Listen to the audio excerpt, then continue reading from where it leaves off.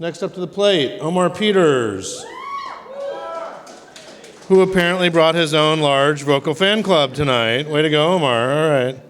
As a transportation planner, Omar spends his days buried in data at the Miami Valley Regional Planning Commission, also known as the MVRPC. While analyzing roadway crash data, really? Is that true? Okay. He has noticed a dirty little secret about drivers and wonders if the solution lies in the hot new topic, self-driving cars. His 20 by 20 is titled, Are Self-Driving Cars the Solution to Humans? Please welcome Omar Peters.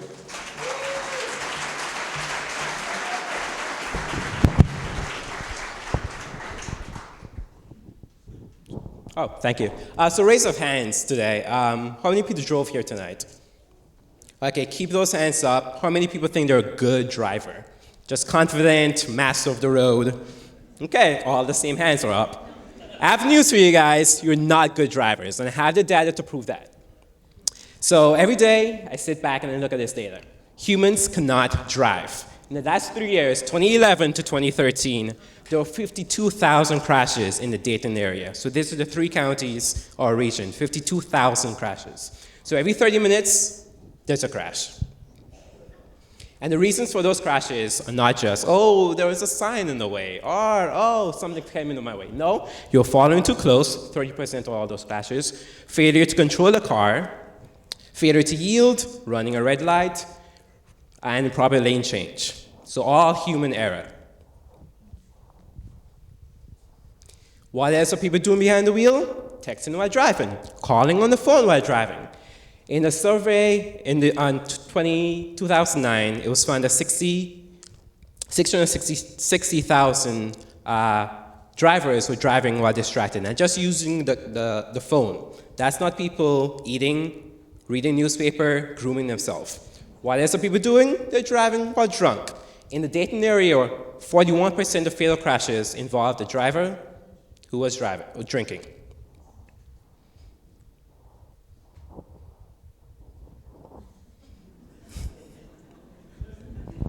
It's a big number, 4 in 10.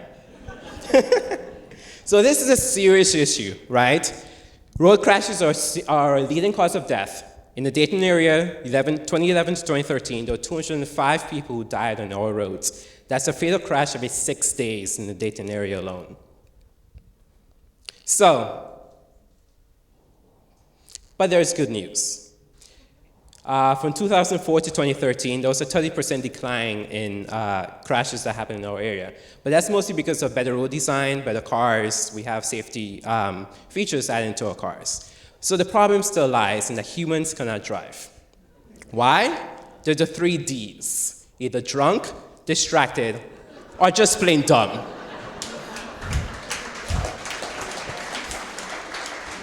So this got me to thinking, how can we fix this issue? How can we fix a human issue? And I remember this TV show from the 80s. I used to watch reruns in the 90s and the late aughts. Does anyone know this car? That's the KITT, the Knight Rider car. It was a self-driving car. It was autonomous, robotic, it can talk, but it drove amazingly. So is that our solution? Maybe. Google has been testing self-driving cars for a couple years now, several years actually. They put the sensors in there, they're able to navigate the roads, and they say, hey, these cars are good as drivers, maybe even better. So what's the self-autonomous car or self-driving car? Literally a car that drives itself. So the thing with cars that drive themselves, they can't get drunk, they're not distracted, and they're not dumb. So maybe with self-driving cars, we can get to zero vision. That is, no fatalities on the roads. That's something that we're all aspiring to. It's the leading cause of death for ages 13 to 30. If we get that out of there, better life quality for everyone. And Google's not the only one doing these cars. There's Nissan, BMW, a car that can park itself. And just last year, Audi did a car that can drive from San Francisco to Las Vegas all by itself. Tesla just today said, in 3 months, we'll have a car that can do the same thing. So this is coming. But how would that change our life? Who knows? US DOT is also doing this technology. They have cars that can talk to each other. So the car in front can tell the car behind, hey, I'm braking right now. The car knows to brake. The driver has to do nothing. It can also say, hey, there's an ice patch. The driver has to do nothing. The ABS will come on, the anti-locking braking system will come on. So what will this do for us for our transportation system? There will be no congestion. There will be no person making a lane change in a random lane area. There will be no crashes. There will be no slowdown in traffic. And the cars will be packed tightly closer to each other. They'll be to follow to each other closely and not slow down. This is also a commute of the future would look.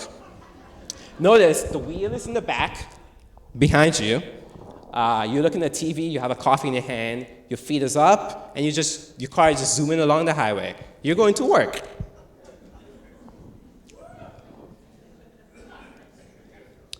What else will change? We'll have faster freight, a truck that can drive without slowing down because a truck driver needs to sleep or whatever.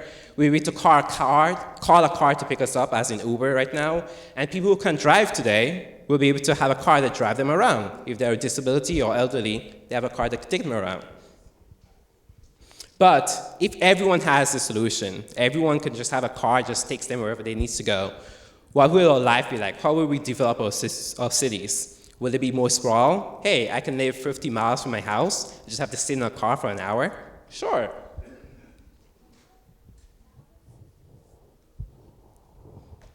So, lately, we've seen a crescendo and also a slight decline in the amount of driving we've been doing.